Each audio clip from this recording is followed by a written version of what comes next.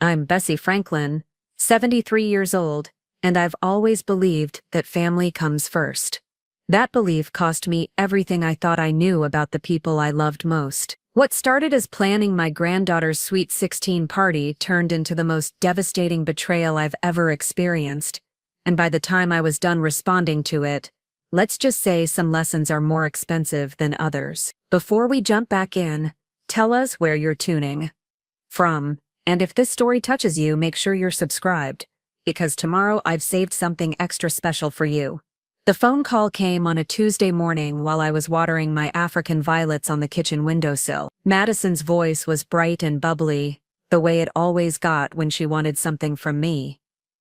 "Grandma Bessie, I have the most amazing news about my sweet 16. I smiled, setting down my watering can. Madison was my son Robert's daughter, my only grandchild, and the light of my life for the past 16 years. Ever since her mother Patricia had walked out when Madison was 7, I'd stepped in to fill that maternal void. School plays, dance recitals, sleepovers, shopping trips for homecoming dresses. I'd been there for all of it. "Tell me everything, sweetheart," I said, settling into my favorite chair by the window. "Okay, so you know how Dad said I could have whatever kind of party I wanted. Well, I've been planning with Savannah and her mom, and we want to do this incredible themed party at the Riverside Country Club. It's going to be absolutely perfect, Grandma. Like movie-level perfect." My heart swelled with pride. Madison deserved the world, and I'd spent years making sure she got it. The college fund I'd been building for her since she was born had grown to over $200,000, carefully invested and nurtured through decades of modest living and smart financial choices. But a sweet 16 party was a once-in-a-lifetime celebration, and if my granddaughter wanted the stars, I'd find a way to give them to her. "That sounds wonderful, honey. What can Grandma do to help make it special?" There was a pause, and when Madison spoke again, her voice had shifted slightly, less bubbly, more calculated. "Well, actually, that's kind of why I'm calling. Dad said you'd want to be involved in the planning, but honestly, Grandma, I was thinking this might be more of a younger crowd kind of thing." I felt a small flutter of confusion in my chest. "What do you mean, sweetie?" "I mean, like it's going to be really trendy and modern, you know? Savannah's mom is helping us plan everything, and she really gets what teenagers want these days. Plus, all my friends' grandparents usually just send a card or whatever. Having you there might make it feel less, I don't know, less cool." The words hit me like a physical blow. I stared out at my garden, where the roses I'd planted when Madison was born were just beginning to bloom for the season. "Madison, are you saying you don't want me at your party?" "It's not that I don't want you there exactly. It's just, you're 73, Grandma. This party is going to have a DJ and dancing, and all these Instagram-worthy photo setups. It's going to be very current, and let's be honest, you're kind of not." I closed my eyes, feeling something cold settle in my stomach. "I see, but I totally want you to help pay for it," she added quickly, as if that would soften the blow. "Dad said you have that college fund, and since I'm probably going to get scholarships anyway, maybe some of that money could go toward making my sweet 16 really special." Savannah's party cost like $40,000, and it was in all the local magazines. "I want mine to be even better." I sat there in stunned silence, watching a cardinal land on the bird feeder I'd hung outside my kitchen window. That bird feeder had been a gift from Madison 3 Christmases ago, painted with her own hands, with the words "For the best Grandma ever" in careful pink letters. "Grandma? Are you still there?" "I'm here," I managed. "Madison, that money is for your education. Your future college is like 4 years away, Grandma. This party is in 6 weeks. Besides, everyone knows that college is basically a scam now. Most of my friends are planning to be influencers or start their own businesses. Savannah's already making money on TikTok." I felt my hands begin to tremble, and I gripped the phone tighter. "Honey, education is important. That money represents years of saving, of planning for your future security. But what's the point of security if I'm miserable?" Madison's voice took on a whining tone I'd never heard before. "Grandma, this is literally the most important day of my teenage life. Everyone at school is going to be there. If my party isn't amazing, I'll be social suicide. Do you want me to be a laughingstock? I looked around my small but carefully maintained living room. The furniture was old but well cared for.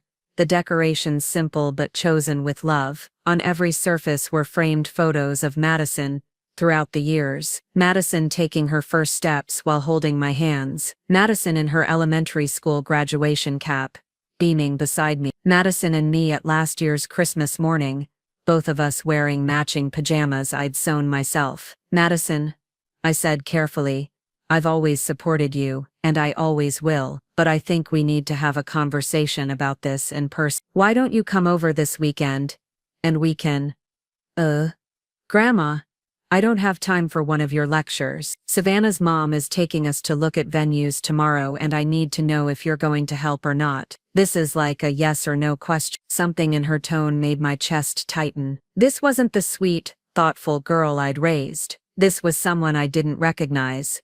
Someone who spoke to me like I was an inconvenience, rather than the person who'd spent the last decade of her life making sure she had everything she needed. I need some time to think about this, I said. Fine. Whatever, but just so you know, if you don't help, Dad said he'd ask you anyway. He thinks you're too soft to say no to me. She paused, and I heard muffled voices in the background. Actually, Savannah wants to know if you could not mention to anyone that you're my grandmother, if you do decide to come to the party. Her mom is kind of image conscious, and having a really old person there might affect the photo. The line went quiet, except for the sound of my own heartbeat in my ears. Madison, I said slowly, did you just ask me to pretend I'm not your grandmother? It's not like that, Grandma. It's just optics. You understand, right? You want me to be happy, don't you? I stared at the cardinal outside my window, watching as it pecked at the seeds I'd put out that morning. The same seeds I'd been faithfully filling that feeder with for 3 years, rain or shine, because Madison had asked me to take care of the birds. I understand perfectly, I said quietly. Great. So you'll transfer like $20,000 to start. Dad can give you the account information for the party planner. I'll call you back, sweetie. Okay, but don't take too long. The good venues book up fast, and I hung up the phone and sat in the sudden silence of my kitchen, surrounded by 16 years of memories and the growing realization that the little girl I'd devoted my life to had grown into someone who saw me as nothing more than a convenient ATM machine, someone who was ashamed of my age, my appearance, my very existence in her life. I walked slowly to my bedroom and opened the closet where I kept my important documents. The college fund statements were in a neat folder, organized by year, every deposit and dividend carefully recorded. $237,000, to be exact, money I'd saved by driving my car until it barely ran, by mending clothes instead of buying new ones, by choosing generic groceries, and skipping vacations and cutting my own hair for 20 years. That night, I barely slept. I kept replaying Madison's words, the casual cruelty in her voice when she suggested I hide my relationship to her, the assumption that my life's savings should fund her social status. But it wasn't just Madison's words that kept me awake. It was the growing realization that this attitude hadn't appeared overnight. I started thinking back over the past year, looking for signs I'd missed. The way Madison had stopped calling me, just to chat, only reaching out when she needed something. The way she'd started declining my invitations to our traditional Saturday shopping trips, claiming she was busy with friends. The way she'd rolled her eyes at Christmas when I'd given her the handmade photo album I'd spent months creating, filled with pictures of our adventures together, while she'd lit up over the expensive designer purse her father had bought her. I'd told myself it was normal teenage behavior, that she was growing up and naturally becoming more independent, but now I wondered if I'd been making excuses for what was actually a pattern of taking me for granted. The next morning, I called my neighbor Dorothy, who'd been my closest friend for 15 years. Dorothy was a retired teacher, sharp as a tack, and never one to sugarcoat the truth. Dorothy, I said, settling into my chair with my coffee, I need some perspective on something. I told her about Madison's call, about the party request and the suggestion that I hide my identity. Dorothy listened in silence until I finished. Bessie, she said finally, her voice gentle but firm, Preparing and narrating this story took us a lot of time. So if you are enjoying it, subscribe to our channel. It means a lot to us.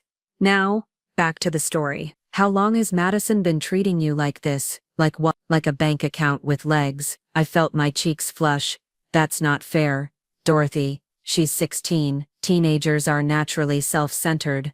My granddaughter is 17, Dorothy's. Last month she spent her entire paycheck from her part-time job on a birthday present for me, because she wanted to surprise me with something special. Self-centered is normal. What Madison did to you is something else entirely. I stared out my kitchen window, watching the morning light filter through the leaves of the oak tree I'd planted when Robert was born 44 years ago. She's been through a lot with her mother leaving, and you've been the one constant in her life ever since, Dorothy. You've given her everything, Bessie.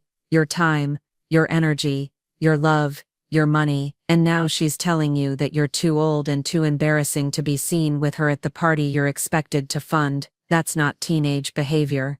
That's entitled. After I hung up with Dorothy, I sat at my kitchen table and did something I'd never done before. I made a list of every significant expense I'd covered for Madison over the past 5 years. Dance lessons, soccer fees, summer camps, a laptop for school, clothes, birthday parties for her friends, the down payment on her car. The number was staggering, over $60,000, not counting the college fund. I realized I couldn't remember the last time Madison had thanked me for any of it. It had all been presented as things I owed her, things she deserved simply for existing. My phone rang again around noon. It was Robert, Madison's father, and my son. "Mom," he said, his voice carrying that familiar tone of someone about to ask for a favor. "Madison told me about your conversation yesterday. I really hope you'll consider helping her out with this party." "Robert," I said carefully, "did she tell you everything about our conversation?" She said, "You seemed upset about the money, but Mom, this party is really important to her. All her friends are having these elaborate celebrations, and she doesn't want to feel left out." "What about the part where she said I was too old to attend, or where she asked me to pretend I wasn't her grandmother if I did come?" There was a pause. "Mom, you know how teenagers are. They don't always express themselves well. I'm sure she didn't mean it the way it sounded." I felt something shift inside me, a small crack in the foundation of assumptions I'd built my life on. "Robert, do you think I'm too old to be at Madison's party?" "It's not about age, Mom. It's about, well, Madison's at an age where she's very concerned about her image. Having her grandmother there might make her feel self-conscious." "I see. And you think I should pay for a party I'm not welcome to attend?" "You're always welcome, Mom. It's just, maybe you could make an appearance and then leave early. You know, show your support, but let her have her moment with her friends." I closed my eyes and felt something cold and final settle in my chest. My own son was asking me to fund my granddaughter's party, and then make myself scarce, so I wouldn't embarrass her. "Let me think about it," I said. "Don't think too long, Mom.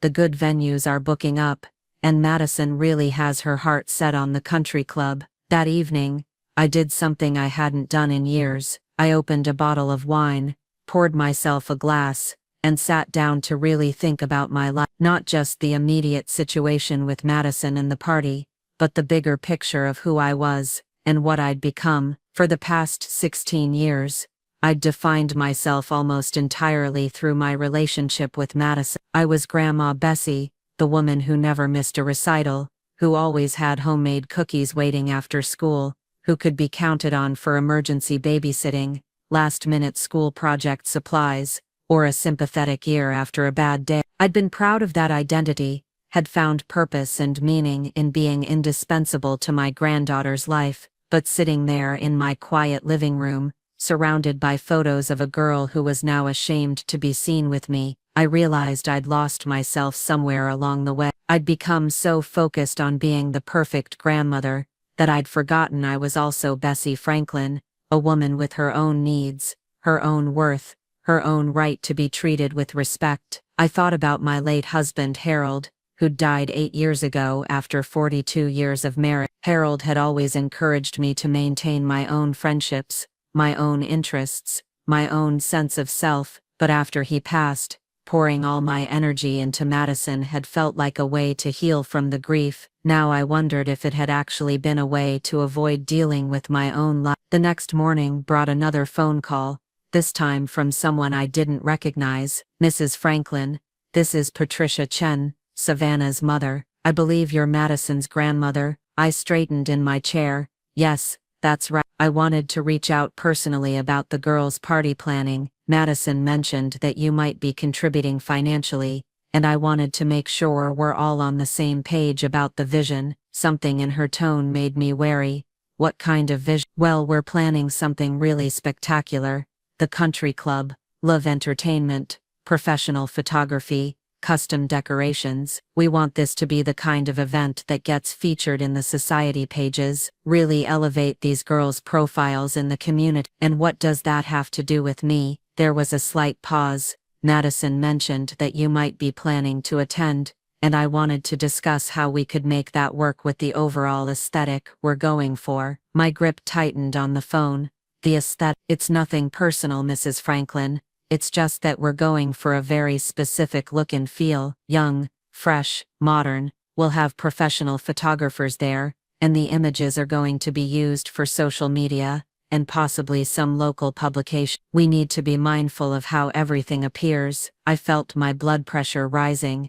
"Are you suggesting I would somehow damage the aesthetic of my granddaughter's party?" "Not damage, exactly. It's just, well, multi-generational events can be challenging from a visual standpoint. We want the focus to be on the girls and their bright futures, not, well, you understand." I understood perfectly. I was being told in the most diplomatic language possible that I was too old and unattractive to be seen at a party I was expected to fund. "I see," I said quietly. "And what exactly did Madison tell you about my potential contribution?" "She mentioned something about a college fund that might be redirected for this purpose. We've estimated costs at around $40,000 for the kind of event we're envisioning, though it could go higher depending on the final guest count and entertainment choices." $40,000, nearly 20% of Madison's college fund for a single party where I wouldn't even be welcome. "Mrs. Chen," I said, my voice steady despite the anger building in my chest, "I'll need to discuss this with Madison and my son before making any decisions." "Of course, but I hope you'll keep in mind how important this is to Madison. This party will be talked about for years. It's an investment in her social future." After I hung up, I sat staring at the phone, trying to process what had just happened. Not only was my granddaughter ashamed of me, but she'd apparently been discussing my financial situation with strangers. Worse, she'd been doing it in a way that suggested my money was somehow automatically available for her use. I called Robert back. "Mom, what's up?" he answered, sounding distracted.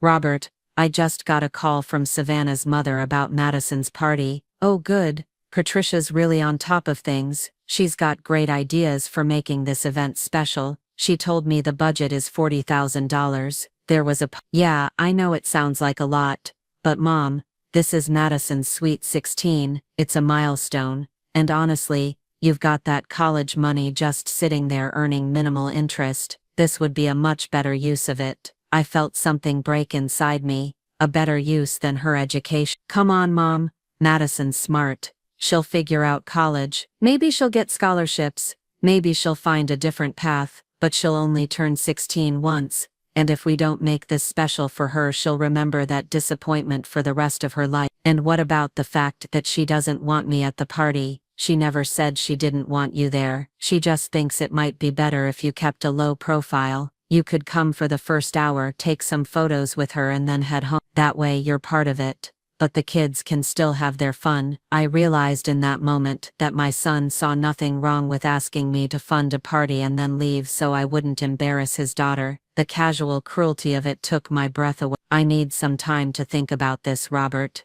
Don't take too long, Mom. Patricia's already put deposits down on some vendors, assuming you'd be on board." The line went dead, and I sat in my kitchen feeling more alone than I had since Harold died. The two people I loved most in the world had joined forces to make me feel like an ATM machine with an embarrassing human attachment. That afternoon, I did something I hadn't done in months. I called my old friend Margaret, who lived in Florida now but had been my closest friend during Madison's early years. Bessie, Margaret's voice was warm and delighted. What a wonderful surprise. How are you, honey? I found myself crying as I told her the whole story. Margaret listened without interrupting, making small sympathetic sounds at the right moments. Oh, Bessie, she said when I finished, I'm so sorry, but I have to ask you something, and I want you to really think about your answer. When was the last time Madison did something thoughtful for you? Not because she wanted something in return but just because she loved you? I opened my mouth to answer and realized I couldn't. Every recent memory I had of Madison involved her asking for something or complaining about something I hadn't done right. I can't remember, I admit. And when was the last time Robert called you just to see how you were doing, not to ask for babysitting or money, or help with something? Again, I had no answer. Bessie, sweetheart, I think you've been so busy being useful to them, that they've forgotten you're a person with feelings and needs of your own. That night, I made a decision that would change everything. I called my financial advisor, a woman named Carol who'd been managing my investments for 15 years. Carol, I said, I need to talk to you about Madison's college fund. Of course, Bessie. Are you thinking about adjusting the investment strategy? The market's been doing well, and the fund is in good shape. Actually, I'm thinking about moving the money. There was a pause. Moving it where? Are you not happy with the returns? I'm thinking about moving it into my name only, setting up a new fund that I control completely. That's certainly possible, Carol said carefully. The current fund is in your name as custodian with Madison as beneficiary. We could restructure it as a personal investment account. May I ask what's prompting this change? I told her about the party request,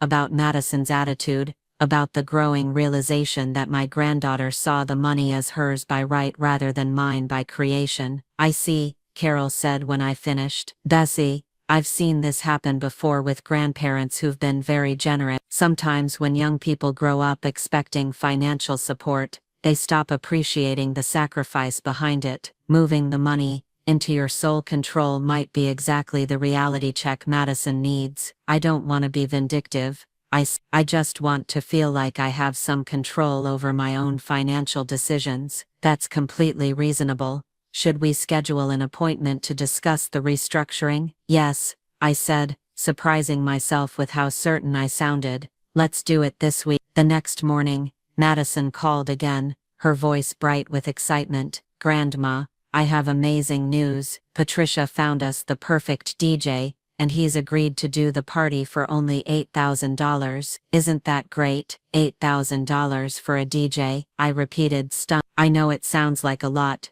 but he's done parties for celebrities, and he has this incredible light setup that will make the photos look amazing. Plus he's bringing a fog machine, and these special effects that will make it feel like a real concert. I sat down heavily in my chair. Madison, the entire cost of my wedding was less than what you want to spend on a DJ. That's because weddings were different back then, Grandma. Everything's more expensive now, and if you want quality, you have to pay for it. Besides, this isn't just any party, this is my sweet 16. It's like a wedding, but for teenagers, and you still don't want me there? I never said I didn't want you there. I just think it might be more fun for everyone if you didn't stay the whole time. You could come take pictures with me during the cocktail hour, and then maybe head home before the dancing starts. That way you're part of it, but you don't have to sit through all the loud music and stuff that probably isn't really your scene anyway. I realized she genuinely believed she was being considerate, that asking me to fund her party, and then leave early, was somehow a compromise that should make me happy. Madison, I said slowly, what if I said no? What if I decided not to pay for this party? There was a long pause. You wouldn't do that to me, Grandma. You love me. I do love you. That's not the question. The question is whether you love me. Of course I love you. That's a crazy thing to ask. You're my grandmother. Then why are you ashamed to be seen with me? I'm not ashamed. God, you're being so dramatic. I just want my party to be perfect, and having a bunch of old people there would make it feel more like a family reunion than a sweet 16. Can't you understand that? The casual cruelty of a bunch of old people when referring to me, her grandmother who'd been the most constant presence in her life, hit me like a physical blow. I understand perfectly, I said quietly. Great, So when can you transfer the money? Patricia needs to put down more deposits this week. I'll let you know,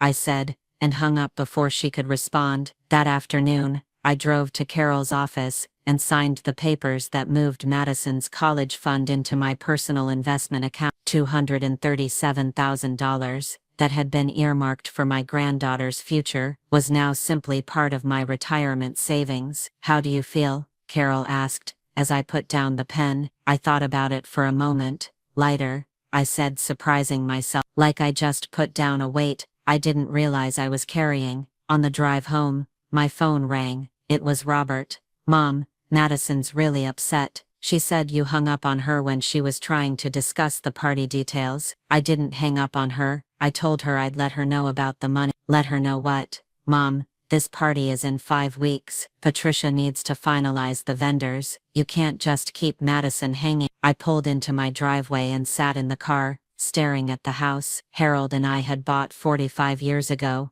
the house where I'd raised Robert, where I'd babysit Madison countless times, where I'd planned to live out my remaining years surrounded by family who loved and respected me. Robert, I said, when was the last time you told me you loved me? What, Mom, what does that have to do with anything? Just answer the question. There was a long pause. I don't know. We're not really a sentimental family, Mom. You know I love you. When was the last time you called me just to see how I was doing? Not to ask for babysitting or help or money, but just to check on me. Another pause. Mom, you're being weird. Is this about the party? Because if you're having second thoughts about the money, I can probably help cover some of it. With what money? I don't know. I'll figure it out. Maybe take out a loan or something. Madison's been looking forward to this for months. You can't just pull the rug out from under her now. I realized my son was willing to go into debt rather than tell his daughter she couldn't have a $40,000 party. More importantly, he assumed that my reluctance was just a negotiating tactic, something to be managed rather than a legitimate expression of how I felt about being treated. I need to go, Robert. Mom, wait. Don't make any hasty decisions. Why don't you come over for dinner this weekend? We can all sit down and talk about this like adults. Adults. Adults. I repeated. Yes. I think it's time I started acting like one. I hung up and sat in my car for a long time, watching the sun set behind the trees. Harold and I had planted when we first moved to this house. For the first time in months, I felt like I could breathe properly. That evening, I called Dorothy and told her what I'd done. Good for you, she said immediately. It's about time you stood up for yourself. I feel guilty, I admitted. Madison really wants this party. Madison wants a lot of things. That doesn't mean she should get all of them, especially not at the cost of treating you like garbage. Maybe I'm overreacting. Maybe this is just normal teenage behavior, and I'm being too sensitive. Bessie Franklin, Dorothy said firmly, I've known you for 15 years. You are one of the least sensitive people I know. You've put up with behavior from that girl and your son that I wouldn't tolerate from a stranger. If anything, you've been underreacting for years. After I hung up with Dorothy, I poured myself another glass of wine and sat down with a notebook. I started writing down everything I could remember about my relationship with Madison over the past few years. Not just the big moments, but the small interactions, the casual comments, the way she spoke to me when she wanted something versus when she didn't. The pattern that emerged was both clear and heartbreaking. Madison had learned that I was a resource to be managed, not a person to be cherished. She'd learned that my feelings were less important than her wants, that my time and money were hers by right, and that expressions of love from her were rewards I had to earn through compliance, rather than gifts she gave freely. Worse, I realized that I had taught her this by accepting it for so long. The next few days passed quietly. Madison didn't call, which told me she was waiting for me to come to my senses and offer the money. Robert sent a few text messages that started friendly and grew increasingly terse as I failed to respond with the answer he wanted. On Friday afternoon, Patricia Chen called again. Mrs. Franklin, I wanted to follow up about the party planning. We really need to finalize some details this week. I've decided not to contribute to Madison's party. I said simply. There was a shocked silence. I'm sorry, what? I won't be paying for Madison's Sweet 16 party, but Madison said, the money was already set aside. She said it was basically guaranteed. Madison was mistaken. Mrs. Franklin, we've already put down deposits based on the understanding that you would be covering the costs. This puts us in a very difficult position. I felt a flicker of satisfaction at the panic in her voice. I'm sorry to hear that, but those deposits were made without my authorization. This is going to devastate Madison. And frankly, it's going to be very embarrassing for our family as well. We've already sent out save the dates. I'm sure you'll figure something out, I said, and hung up. 20 minutes later, my phone started ringing. Robert first, then Madison, then Robert again. I let them all go to voicemail. Finally, around 6 o'clock, Madison showed up at my front door. I opened it to find her standing on my porch, her face red and blotchy from crying, her usual perfectly styled appearance disheveled. Grandma, she said, her voice shaking. Patricia told me what you said. Please tell me it's not true. I looked at my granddaughter, this young woman I'd loved and supported and sacrificed for, and felt something settle in my chest, something that felt like resolve. Come in, we need to talk. Madison stepped into my living room and looked around like she'd never seen it before. Her eyes swept over the familiar furniture, the family photos, the carefully tended plants, as if she was seeing it all through new eyes. When her gaze landed on the framed picture of us from last Christmas, both wearing the matching sweaters I'd knitted, her face crumpled. Grandma, I don't understand what's happening, she said, sinking onto my couch. Patricia said you told her you weren't going to help with my part. That can't be right. I sat down across from her in Harold's old chair, the one I'd kept exactly as he'd left it. It's right, Madison. I've decided not to pay for your party. But why? The question came out as a wail. I thought you loved me. I do love you. That's exactly why we're having this conversation. Madison stared at me with genuine confusion. I don't understand. If you love me, why won't you help me? This party is the most important thing in my life right now. I studied my granddaughter's face, looking for any sign that she understood what she'd done wrong. There was none. In her mind, she was the victim of an inexplicable betrayal. Madison, I said gently, do you remember what you said to me on the phone, about me being too old for your party? Her cheeks flushed slightly. I didn't mean it like that. I just meant that it's going to be a young crowd, and you might not enjoy all the music and dancing and stuff. And when you suggested I pretend not to be your grandmother if I did attend, that was Savannah's idea. Her mom is really into social media, and she thought it might be better for the photos if we kept the focus on the teenagers. It's not personal, Grandma. It's just marketing.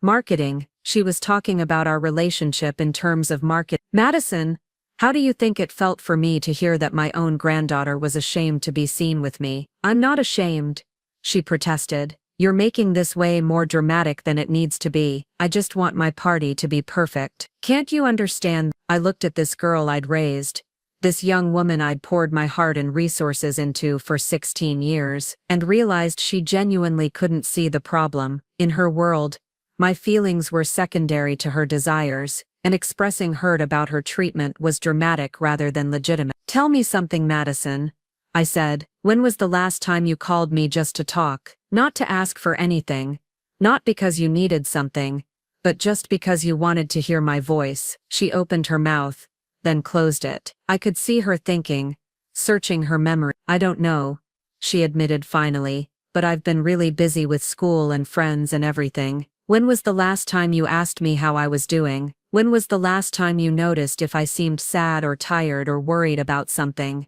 Grandma, you never seem sad. You're always fine. The words hit me like a slap. Always fine. As if I were a piece of furniture rather than a human being with feelings and needs and struggles. Madison, I'm 73 years old. I live alone in this house where your grandfather and I built our life together. Do you think I'm never lonely? Do you think I never have bad days, or worry about things, or miss having someone to talk to? She looked genuinely surprised by the question.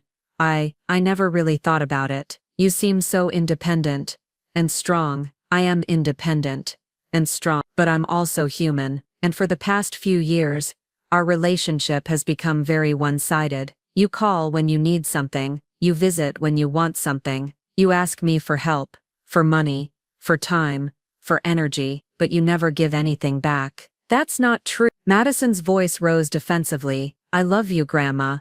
I tell you that all the time. When do you tell me that? She faltered.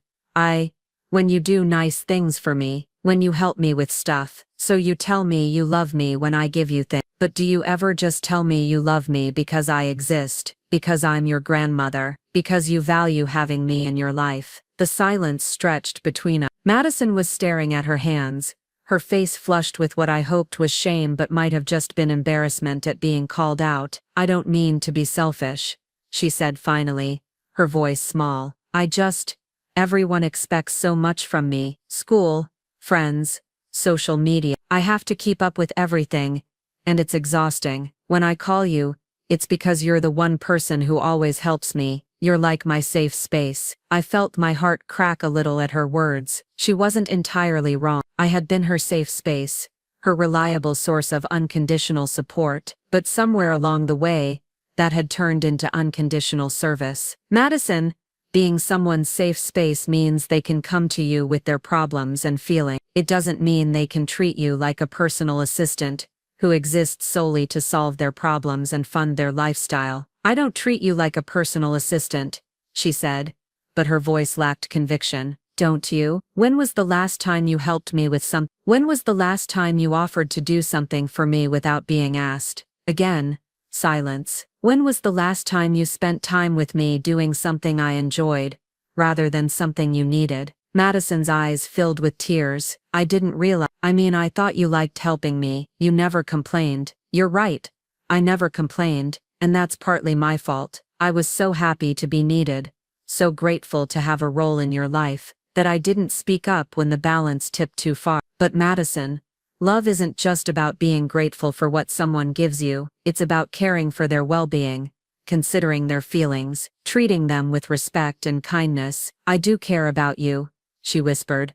Do you? Because when I told you that being excluded from your party hurt my feelings, you dismissed that as me being dramatic. When I suggested that $40,000 was too much to spend on a single party, you acted like I was being unreasonable. When your friend's mother suggested I was too old and unattractive to be in your party photos, you went along with it rather than defending me. Madison was crying now, tears streaming down her face. I didn't know it would hurt you so much. I thought you understood that I was just trying to fit in. At what cost, Madison? At the cost of treating me like I'm disposable, at the cost of talking about my money like it belongs to you, at the cost of being ashamed of your own grandmother. I'm not ashamed of you, she said through her tears. I wanted everything to be perfect. Savannah's party was so amazing, and everyone's been talking about it for months. I wanted mine to be even better. I wanted people to remember it forever. I reached over and handed her a tissue from the box I kept on the side table. Madison, what do you think people will remember about a party like that? What do you think matters more, having an expensive party that impresses people for one night, or having a grandmother who loves you enough to invest in your future? Both? She said hopefully, then immediately looked ashamed of the answer. I shook my head sadly. That's not how it works, sweetheart. You can't treat people badly and then expect them to keep giving you everything you want. And you can't build genuine relationships based on what people can do for you, rather than who they are as. Madison wiped her eyes and looked around my living room again. This time her gaze lingered on things I wasn't sure she'd ever really noticed before. The carefully arranged flowers from my garden, the handmade quilts draped over the furniture, the books stacked neatly on the coffee table, the photo albums filled with pictures of our life together. Grandma, she said quietly, I think I've been really selfish, but I don't know how to fix it. For the first time in our conversation, I felt a flicker of hope. The first step is recognizing. The second step is changing how you treat people going forward. But what about my party? I already told everyone it was going to be this amazing event. If I have to cancel it, I'll be humiliated. I looked at my granddaughter, still thinking primarily about herself even in the middle of an apology, and realized this was going to be a longer process than one conversation. Madison, what kind of party could you have with the money your father is willing to spend? Dad said he could maybe do $5,000, But that's nothing. That wouldn't even cover the venue rental. What if you had the party here, in our backyard? She looked horrified. Here, Grandma.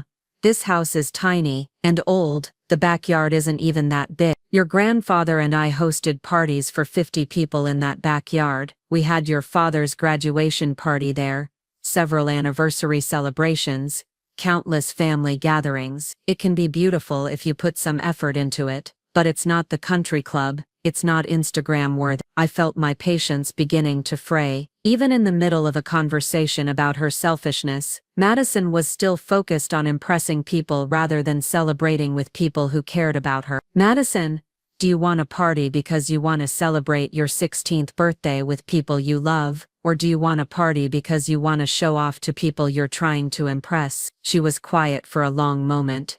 I want people to think I'm special, she admitted finally. You are special, but not because of how much money gets spent on your party. You're special because of who you are as a person, because of how you treat others, because of the kindness and love you show to the world. But that's not how it works at school, Graham. Everyone judges you based on what you have, what you wear, where you go, what your parents can afford. If my party is lame, people will think I'm lame. I felt a deep sadness wash over me. Somewhere along the way, my confident, creative granddaughter had become someone who measured her worth by other people's approval. Madison, the people who would judge you for having a smaller party, are those really the people whose opinions you should care about? They're my friends. Are they? Are they friends who would support you no matter what, who would stand by you if things got difficult, who care about your character more than your possessions? Or are they people who are only nice to you when you have something to offer them? The question hung in the air between us. I could see Madison thinking about it, probably for the first time. I don't know, she said finally. I've never really thought about it that way. My phone buzzed with a text message. I glanced at it and saw Robert's name. That's probably your father. He's been calling and texting since Patricia told him about my decision. He's really upset, Madison said. He said you were being unreasonable and that you were going to ruin my birthday. What do you think, Madison? Do you think I'm being unreasonable? She considered the question seriously, which was more than she'd done earlier. I think maybe I haven't been very fair to you, but I also think pulling all the money away feels really harsh. The money isn't gone, Madison. It's still there. It's still intended for your future. But I've decided that your future means your education, not a single party. What if I promised to be better? What if I said I was sorry and meant it? Would you change your mind? I looked at my granddaughter, seeing both the manipulative teenager who'd learned to say whatever would get her what she wanted, and the little girl I'd loved unconditionally for 16. Madison, if you're genuinely sorry, if you genuinely want to change how you treat me and other people, then I'm proud of you, but that can't be contingent on getting what you want. You can't be sorry because I'm not giving you money. You have to be sorry because you realize you hurt someone you love. She was quiet for a long time, staring out my window at the garden where she'd played as a child, where I'd taught her to plant seeds, and water flowers and identify birds. I think I am sorry, she said finally. Not just because of the money. I think I've been treating you badly for a while now, and I didn't even realize it. When you put it all together like that, it sounds really awful. It's not awful, sweetheart. It's thoughtless, and thoughtlessness can be fixed if you're willing to work on it. How? By paying attention to other people's feelings, by asking yourself not just what you want, but what impact your words and actions have on others, by remembering that the people who love you are people, not resources. Madison nodded slowly. Could we start over? Could I try to be better? And could you maybe reconsider helping with the party? I felt my resolve wavering. This was the trap I'd fallen into so many times before.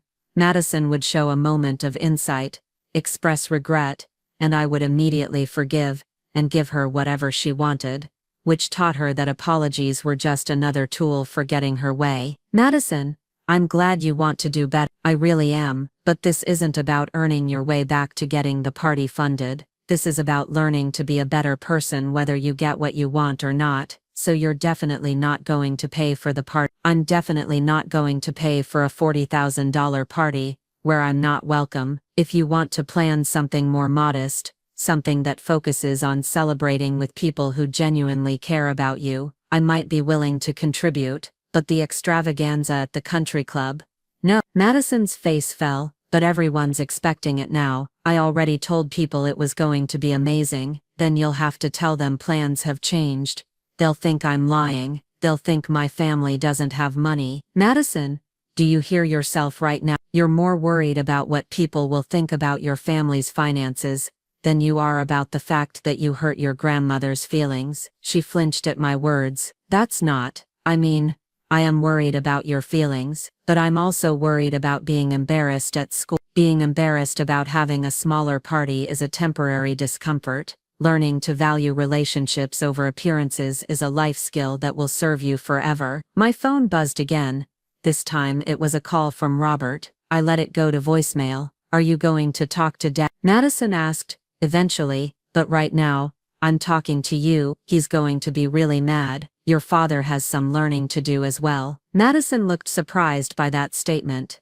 What do you mean? I mean that your father has been enabling your behavior instead of teaching you to be grateful and considerate. He's been asking me to fund your lifestyle instead of helping you understand the value of money and work, and he's been treating me like a bank account rather than his mother. Dad loves you, I'm sure he does, but love without respect isn't enough, and both of you have stopped respecting me somewhere along the way. Madison was crying again, but these tears seemed different, less about not getting what she wanted, and more about genuine realization of what she'd done. Grandma, I really don't want to lose you. I don't want you to stop loving me. Madison, I will never stop loving you, but I might stop enabling you. There's a difference. What does that mean? It means I will always care about your well-being, but I won't always give you everything you want. It means I will support your genuine needs, but I won't fund your every desire. It means I will be here for you when you need guidance,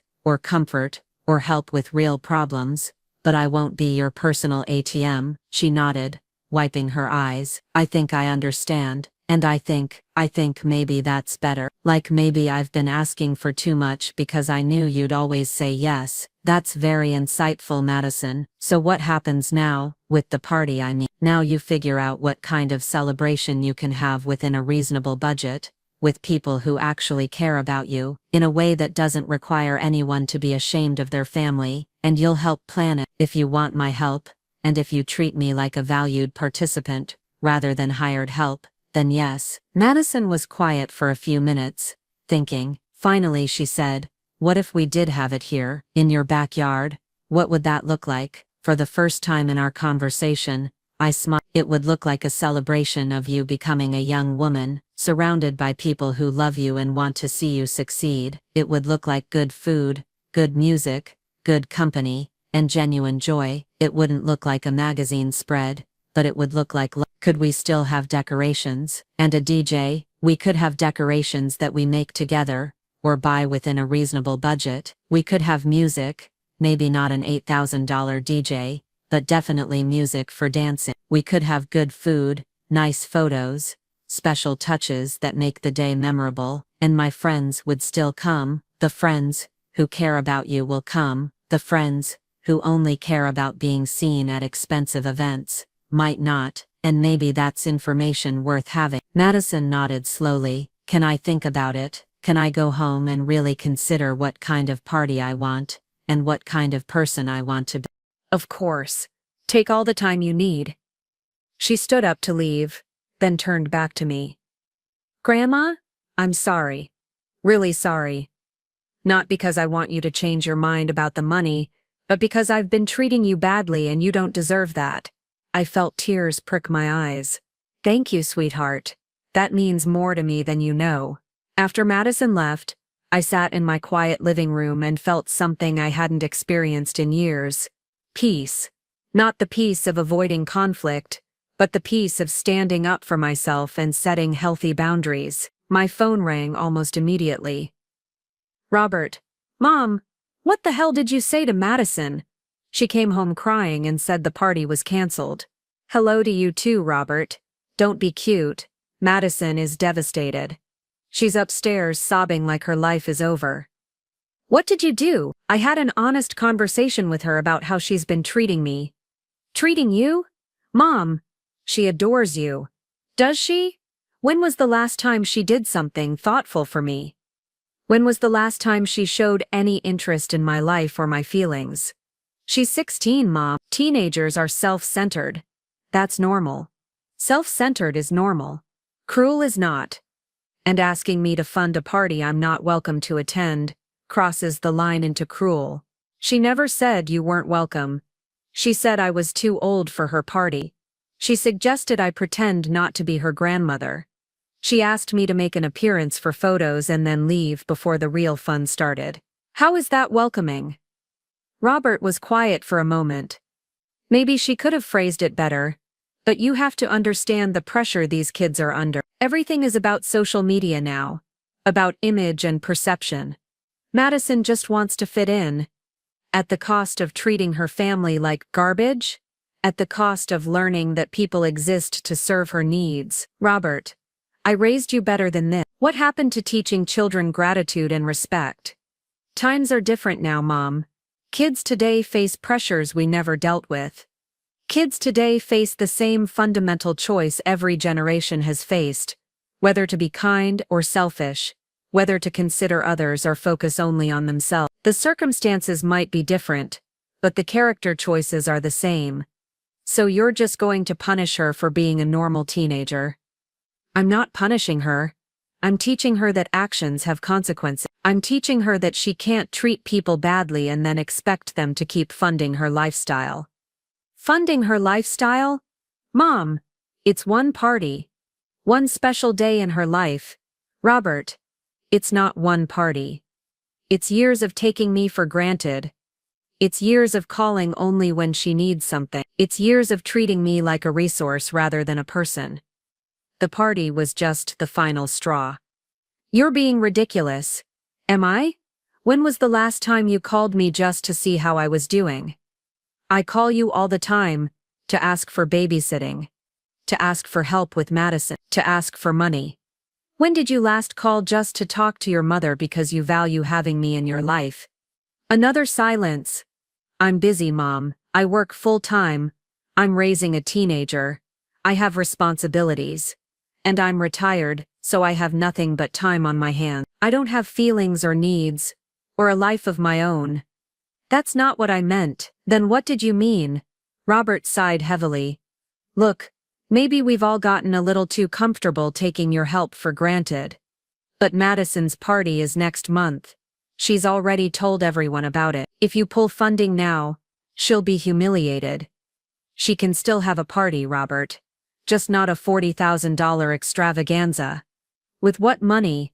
I don't have that kind of cash lying around. Then maybe she needs to learn that parties cost money.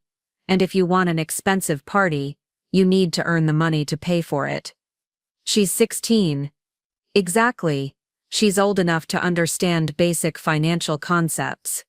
She's old enough to understand that money doesn't grow on trees. She's old enough to understand that if you want something, you either earn it or you go without it.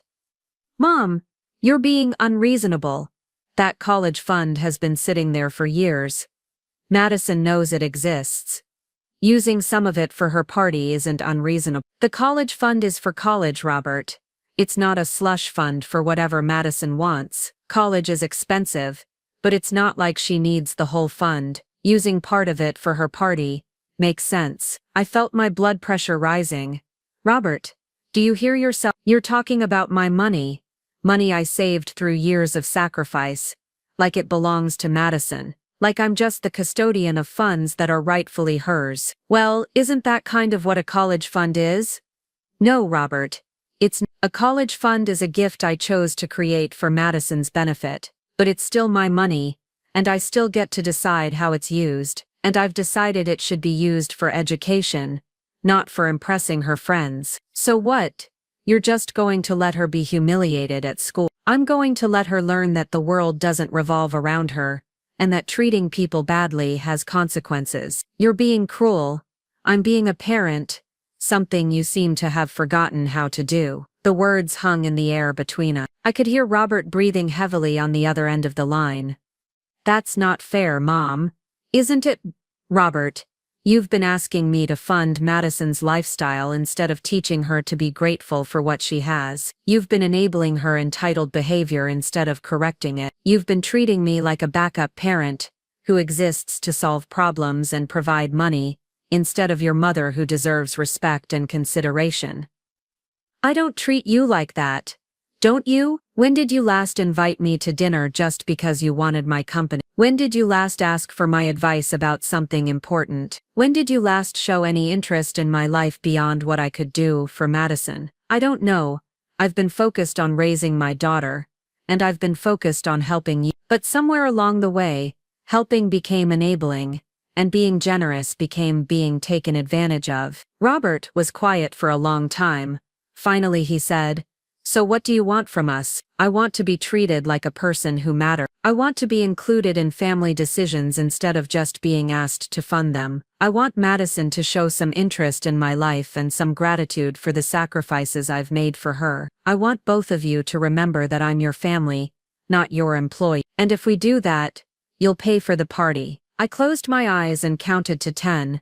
"Robert, the fact that you're still focused on the money tells me you're not hearing what I'm saying." "I'm hearing you. I just don't understand why you're making such a big deal out of it." "Because it is a big deal. Because the way Madison spoke to me was hurtful and unacceptable. Because the way you've both been treating me is unsustainable. Because I'm 73 years old, and I don't have unlimited time left to be taken for granted." That last sentence seemed to hit him differently. His voice was quieter when he spoke again. "Mom, you're not. You're healthy. You're fine. I am fine, but I'm also getting older, and I'm tired of being treated like my only value is what I can provide for other people." "That's not. We don't think of you that way." "Then prove it. Show me that you value me as a person, not just as a resource." "How?" "Start by having conversations with me that aren't about what you need. Start by asking about my life, my feelings, my interests. Start by including me in decisions instead of just asking me to fund them after the fact." "And Madison's party," I saw. "Robert, if Madison can apologize genuinely, if she can plan a celebration that's actually about celebrating rather than showing off, if she can treat me like a valued family member instead of an embarrassing old lady, then I might consider contributing to a reasonable party budget. But the $40,000 country club extravaganza where I'm not truly welcome, that's off the table permanently." "What's reasonable?" $5,000, maybe 10, if she really puts thought and care into making it special. "That's nothing. That's more than many families spend on their entire annual vacation, Robert. That's more than I spent on my wedding." "It's only nothing if you've lost perspective on the value of money." "Fine, I'll talk to Madison about scaling back."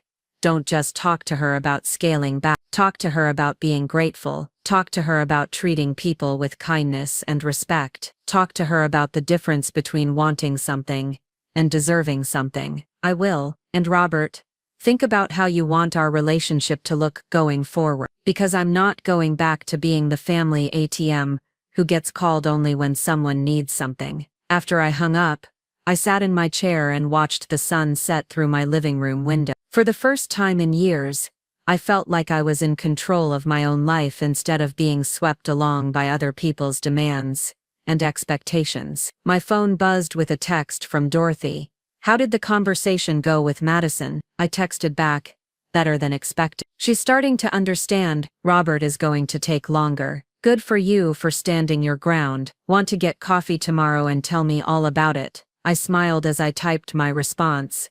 "I'd love that." It felt good to have plans that were about what I wanted to do, rather than what someone else needed me to do. It felt good to be Bessie Franklin, a woman with her own life and interests, rather than just Grandma Bessie, the reliable source of unconditional support. I poured myself a glass of wine and sat down with a book I'd been meaning to read for months. For the first time in a long time, I had an evening that belonged entirely to me. The next morning brought an unexpected visitor. I was in my garden deadheading the roses and enjoying the quiet morning air when I heard a car door slam in my driveway. Through the garden gate, I could see Patricia Chen striding toward my front door with the determined gait of someone on a mission. I continued pruning my roses, taking my time. Let her wait. After a few minutes of persistent doorbell ringing, I heard her footsteps coming around the side of the house. Mrs. Franklin, Patricia's voice carried a note of barely controlled frustration. Could we speak for a moment? I looked up from my flowers,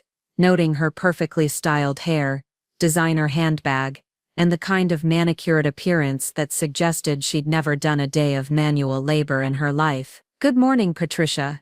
Beautiful day, isn't it? Miss Franklin, I think there's been some miscommunication about Madison's party. I'd like to clear things up. I straightened up, brushing soil from my gardening gloves. I don't think there's been any miscommunication. I told you yesterday that I wouldn't be funding Madison's party. Patricia's smile was tight and professional.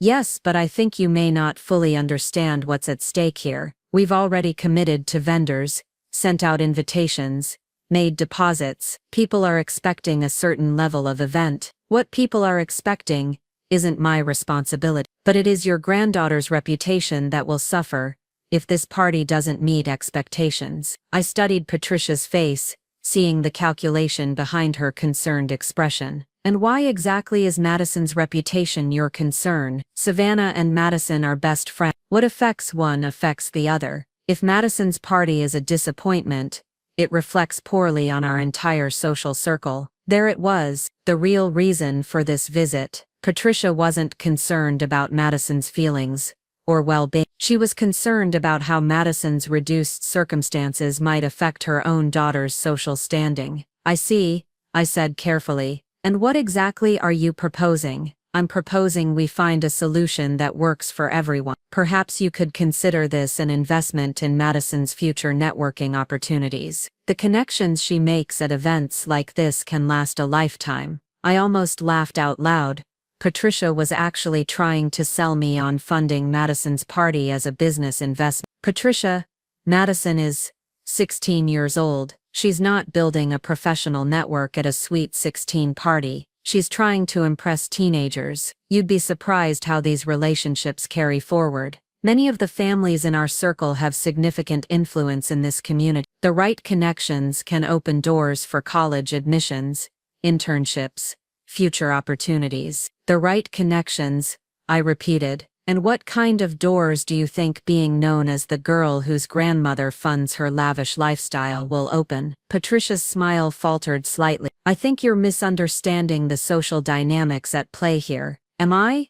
Or are you misunderstanding what it means to raise a child with character and values? Mrs. Franklin, with all due respect, the world has changed since you were raising children. Today's young people face different pressures, different expectations. What worked in your generation doesn't necessarily apply today. I felt a familiar fire building in my chest. And what makes you think that kindness, gratitude, and respect for others are outdated concepts? I'm not saying they're outdated. I'm saying they need to be balanced with practical considerations. Madison needs to maintain her social position if she wants to have opportunities. What opportunity? The opportunity to be friends with people who judge her based on how much money gets spent on her party. The opportunity to learn that her worth is measured by her possessions rather than her character. Patricia's professional demeanor was beginning to crack. Look, Miss Franklin, I understand you have certain traditional values, but the reality is that we live in a competitive world. Children who don't keep up get left behind. Left behind from what? From a social circle that values superficiality over substance. From friendships based on what you can afford rather than who you are as a person.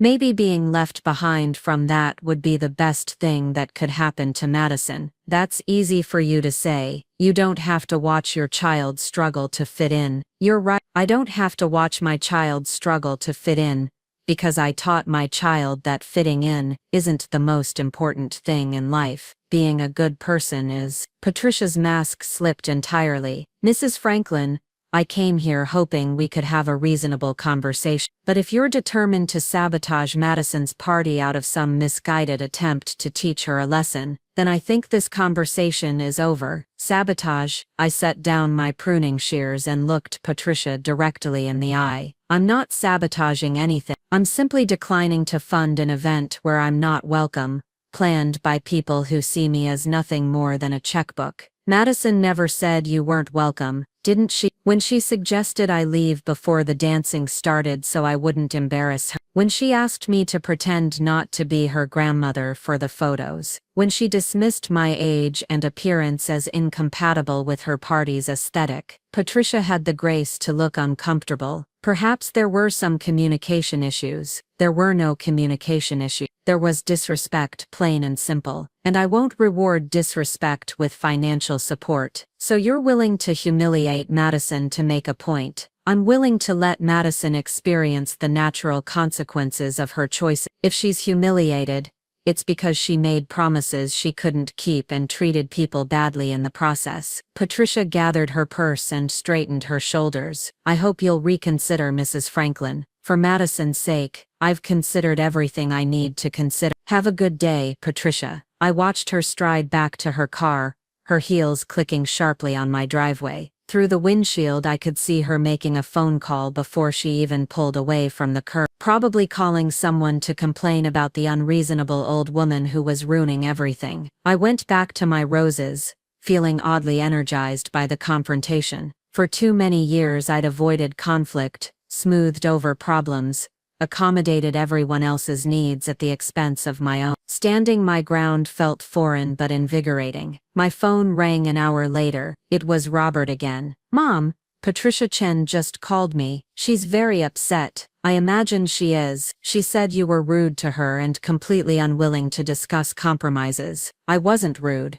I was direct. And there's nothing to compromise about. I'm not funding Madison's party, and that's final. Mom, Patricia's family is well connected in this community. They could make things difficult for Madison at school. I felt a chill run down my spine. Are you suggesting that if I don't pay for Madison's party, this woman will encourage her daughter to socially ostracize Madison? I'm just saying that these relationships matter. Patricia has influence. Robert, listen to yourself. You're essentially telling me that I need to pay protection money to keep Madison from being bullied. That's not what I'm saying. That's exactly what you're saying. You're saying that if I don't fund Madison's party, Patricia will use her social influence to hurt Madison. And you think this is acceptable? I think it's reality. Then it's a reality that needs to change. And it starts with people like us refusing to be intimidated by people like Patricia. Mom, you don't understand how these things work. I understand perfectly. I understand that there are people who use their children's social lives as weapons to get what they want. I understand that there are parents who prioritize their children's social status over their character development. And I understand that both you and Madison have been drawn into this toxic dynamic. It's not toxic, it's just how things are. Robert, when I was your age, we judged people by their character, their kindness, their integrity. When did we start judging them by how much money they could spend on parties? Times have changed, Mom. Have they? Or have we just lost our way? There was a long pause. Mom, I'm asking you to reconsider, not for Patricia, not for appearances, but for Madison. She's genuinely upset. I know she is. And I hope that upset leads to some self-reflection about how she treats the people who love her. You're really not going to budge on this? I'm really not. But when Madison comes home from school crying because her friends are making fun of her, remember that you could have prevented it. And when Madison grows up to be a spoiled, entitled adult who treats people badly because she never learned that actions have consequences, remember that you could have prevented that too. Robert hung up without saying goodbye. I sat staring at my phone, feeling sad but resolute. This was harder than I'd expected, but it was also more necessary than I'd realized. That afternoon, I decided to take action rather than just react. I drove to the library and spent 2 hours researching party planning on a budget, creative decorating ideas, and DIY celebration concepts. If Madison decided she wanted to have a meaningful celebration rather than an expensive spectacle, I wanted to be ready to help her create something beautiful. I also stopped by the local community college and picked up information about their early enrollment programs, scholarship opportunities, and career counseling services. If Madison was going to start thinking seriously about her future, she needed to understand all her options. When I got home, my answering machine was blinking with 3 messages. The first was from Robert, asking me to call him back. The second was from Madison, sobbing about how everyone at school was already talking about her party and how humiliated she was going to be. The third was from a number I didn't recognize. I played the third message. Mrs. Franklin, this is Janet Morrison, Madison's guidance counselor at school. I understand there's been some family tension regarding Madison's upcoming birthday celebration. I wondered if you might have time to speak with me this week. I think there are some things you should know about Madison's situation at school. I called Janet back immediately. Mrs. Morrison, this is Bessie Franklin returning your call. Mrs. Franklin, thank you for calling back so quickly. I hope you don't mind me reaching out. Madison listed you as an emergency contact, and I felt this situation warranted some outside perspective. What situation exactly? Madison came to my office today very upset about her birthday party, but as we talked, some other concerns emerged. Mrs. Franklin, has Madison discussed her academic performance with you recently? I felt my stomach drop. No, she hasn't. Is there a problem? Madison's grades have been declining steadily this semester. She's currently failing 2 classes, and barely passing 3 others. Her teachers report that she seems distracted, that she's more focused on social media and social events than on her coursework. I sat down heavily in my kitchen chair. I had no idea. She's always been a good student. She was, but this year, things have changed. Her priorities seem to have shifted significantly. Has anyone talked to her father about this? We've sent several notices home, but Madison claimed she would handle the situation herself. When we insisted on a parent conference, she said her father was too busy, and that you were the one who helped with school issues. My heart clenched. Madison had been lying to everyone, managing information to avoid consequences and accountability. Miss Morrison, I haven't been told about any academic problems. Madison calls me about parties and shopping and friend drama, but she's never mentioned struggling in school. I suspected as much. Mrs. Franklin, I'm going to be direct with you. Madison seems to be under the impression that her academic performance doesn't matter because she has other plans for her future. She's mentioned several times that she doesn't need to worry about college because she has a college fund that she can use for other purposes. I closed my eyes and felt everything click into place. Madison's casual dismissal of education, her assumption that the college money was available for her party, her lack of concern about her future, it all made sense. Now, Mrs. Morrison, Madison was misinformed about her college fund. That money is specifically for education, and it's contingent on her actually pursuing education seriously. I thought that might be the case. Mrs. Franklin, I've been counseling students for 20 years, and I've seen this pattern before. When young people grow up believing they have a financial safety net, they sometimes stop working toward their goals. They assume the money will solve whatever problems arise. What do you recommend? Honestly, I think the crisis around her birthday party might be exactly what Madison needs. She's been living in a bubble where she believes she's entitled to certain things without having to earn them. Reality is about to intrude, and that's not necessarily a bad thing. Her father thinks I'm being too hard. Parents often enable their children's worst impulses because they want to protect them from disappointment. But disappointment is how we learn resilience. Consequences are how we learn responsibility. Do you think there's hope for turning things around academically? Absolutely. Madison is intelligent and capable, but she needs to start taking her education seriously, and that probably won't happen as long as she believes she has an unlimited financial cushion to fall back on. What would you suggest I do? Be honest with her about the college fund condition. Make it clear that financial support for her future is tied to academic performance and genuine effort. And perhaps most importantly, don't rescue her from the natural consequences of her choices. After I hung up with Janet, I sat in my kitchen thinking about everything I'd learned. Madison wasn't just being disrespectful about the party, she was failing in school, lying to avoid accountability, and operating under the dangerous assumption that my money would solve all her problems. I called Carol, my financial advisor. Carol, I need to make some additional changes to Madison's college fund. What kind of changes? I want to add performance conditions. The money should only be available if Madison maintains certain academic standards and demonstrates genuine commitment to her education. That's definitely doable. We can restructure it as a conditional scholarship fund, with specific requirements for disbursement. I also want to add a clause that requires my approval for any withdrawals, regardless of the stated purpose. Absolutely. You're the owner of the account, so you have complete control over how and when the funds are distributed. And Carol, I want you to prepare a detailed explanation of how college costs have changed, what the fund will and won't cover, and what Madison will need to contribute through scholarships, work study, or loan. Many young people have no realistic understanding of education costs or the value of the financial support they're receiving. That evening, Madison showed up at my door again. This time, she wasn't crying. She looked angry. "Grandma, I know you talked to Mrs. Morrison today. I did, and I learned some very interesting things about your academic performance." Madison's defiance wavered slightly.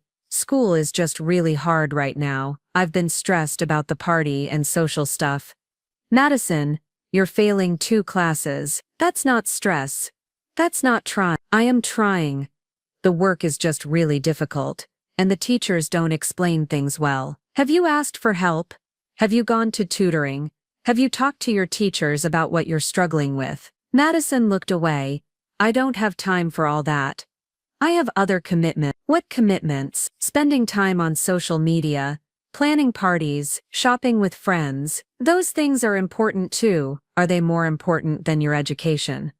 More important than your future?" "You don't understand the pressure I'm under, Graham. If I don't maintain my social connections, I'll have nothing." I stared at my granddaughter, seeing clearly for perhaps the first time how far she'd drifted from the values I'd tried to instill in her. "Madison, if your social connections depend on how much money gets spent on your party, then they're not connections worth maintaining." "That's easy for you to say. You grew up in a different time when things were simpler." "Things weren't simpler, Madison. People were just clearer about what mattered. Character mattered. Education mattered. Hard work mattered. Treating people with kindness and respect mattered. Those things still matter, but they're not enough anymore. You have to have the right image, the right connections, the right lifestyle." "According to who?" "According to everyone, according to society." "Madison, society is made up of individuals making choices. You can choose to value substance over superficiality. You can choose to prioritize character over image. You can choose to work toward meaningful goals instead of chasing approval from people who don't really care about you." "But what if I choose wrong? What if I end up alone because I don't fit in?" For the first time in our conversation, I heard real vulnerability in Madison's voice. Under all the entitlement and attitude was a scared 16-year-old girl who was desperately trying to find her place in the world. "Madison, you will never end up alone if you focus on being someone worth knowing. People who value the same things you value will find you and appreciate you. But if you build your life around impressing people who only care about surface things, you'll always be alone even when you're surrounded by people." Madison was quiet for a long moment. "What if I can't figure out how to be different? What if I'm already too far down this path?" "You're 16 years old, you have plenty of time to change direction. But it starts with making different choices, even when those choices are difficult or unpopular. Like having a smaller party, like focusing on what actually matters, like taking your education serious, like treating the people who love you with respect and gratitude, like being the kind of person you'd want to be friends with." Madison nodded slowly. "Mrs. Morrison said I might not graduate on time if I don't bring my grades up. How does that make you feel?" "Scared. And embarrassed. And like maybe I've been focusing on the wrong things." "Those are all reasonable responses. The question is what you're going to do about it." "I don't know. I feel like I've gotten so far off track that I don't know how to get back on. One step at a time, sweetheart. One better choice followed by another better choice. Will you help me?" "I'll help you if you're genuinely committed to changing. But I won't enable you to continue making poor choices." "What does that mean exactly?" "It means I'll support your education, your genuine growth, your efforts to become a better person. But I won't fund your lifestyle, rescue you from consequences you've earned, or pretend that your poor choices are someone else's fault." Madison was quiet for a long time, staring out my kitchen window at the garden where she'd played as a child. Grandma, what if we did have my party here, in your backyard? What would that look like? It would look like a celebration of you turning 16, surrounded by people who genuinely care about you, focused on joy and connection rather than impressing others. Could we still make it special? We could make it meaningful, which is better than special. What's the difference? Special is about appearances, meaningful is about memories and relationships, and genuine happiness. Madison nodded thoughtfully. Could we maybe plan it together? Could you help me figure out how to make it meaningful instead of just expensive? I would love that, Madison. But first you need to have some conversations with your father about your grades, and you need to start taking responsibility for your academic situation. He's going to be really upset, probably, but hiding from problems doesn't make them go away, it just makes them bigger. Will you be there when I tell him? If you want me to be, I think I do. I think I need someone there who's not going to let me make excuses or blame other people. I reached across the table and took Madison's hand. I'm proud of you for wanting to do better, sweetheart. That takes courage. I don't feel courageous. I feel scared and confused. Courage isn't the absence of fear, it's doing the right thing even when you're scared. Madison squeezed my hand. Can we call Dad now? Can we get this over with before I lose my nerve? Of course. I dialed Robert's number and put the phone on speaker. Mom, I really don't want to argue with you again today. Robert, Madison is here with me, and she has something she needs to tell you. There was a pause. Madison, are you okay? Madison took a shaky breath. Dad, I need to tell you about my grades, and about some choices I've been making, and I need to do it without making excuses or blaming other people. Your grades? Madison, what's going on? For the next 20 minutes, Madison told her father everything about failing her classes, about lying to avoid parent conferences, about assuming she could use college money for other purposes, about prioritizing social status over academic performance. Robert listened in stunned silence until she finished. Madison, why didn't you tell me any of this before? Because I knew you'd be disappointed, and I thought I could fix it myself. But I can't. I need help, and I need to start making better choices. Robert struggled for words. This is a lot to process. I know, and I know you're probably really mad. I'm not mad, Madison. I'm concerned, and honestly I'm a little shocked that things got this far without me knowing about it. Dad, that's partly my fault too, Madison said, her voice steady despite her tears. I've been managing information, only telling you and Grandma the parts of my life that I wanted you to know about. I've been manipulating situations to avoid consequences. I felt a surge of pride at Madison's honesty, even as my heart broke for the pain she was experiencing. So what do we do now? Robert asked. Now we make a plan, I said. A plan for Madison to catch up academically, a plan for her to learn better decision-making skills, and a plan for all of us to communicate more honestly going forward. And the party? Robert asked. Madison answered before I could. The party isn't the priority anymore, Dad. Getting my life back on track is the priority, but your birthday is still important, sweetheart. I know. And Grandma and I talked about having a smaller celebration here, focused on the people who really matter instead of trying to impress everyone. Robert was quiet for a long moment. Madison, I owe you an apology. What for? For not paying closer attention to what was really going on in your life, for enabling some of your poor choices, because I wanted you to be happy, for not teaching you better values about money and priorities. Dad, you don't have to apologize. I made my own choice. Yes, but I could have guided you better. I could have been more involved in your academic life, more aware of the pressures you were facing, more intentional about teaching you important life skills. We all made mistakes, I said. The question is what we do going forward. Going forward, things are going to be different, Robert said firmly. Madison, we're going to meet with your teachers this week and create a plan for bringing your grades up. We're going to establish better communication about what's happening in your life, and we're going to have some serious conversations about priorities and values. And the party? Madison asked. We'll plan something meaningful here at Grandma's house, focused on celebrating you becoming a young woman, rather than impressing your friends. Thank you, Madison whispered. Don't thank me yet, Robert said. This is going to involve a lot of hard work and some difficult changes. I know, but I want to do better. I want to be someone I can be proud of, not just someone who looks good on social media. After we hung up, Madison and I sat in comfortable silence for a while. Grandma, she said finally, I'm sorry, really truly sorry, not because I want something from you, but because I've been treating you badly, and you deserve so much better. Thank you, sweetheart. That means everything to me. Can we start planning a different kind of party, one where you're not just welcome but honored, one where we celebrate our relationship instead of being ashamed of it? I felt tears spring to my eyes.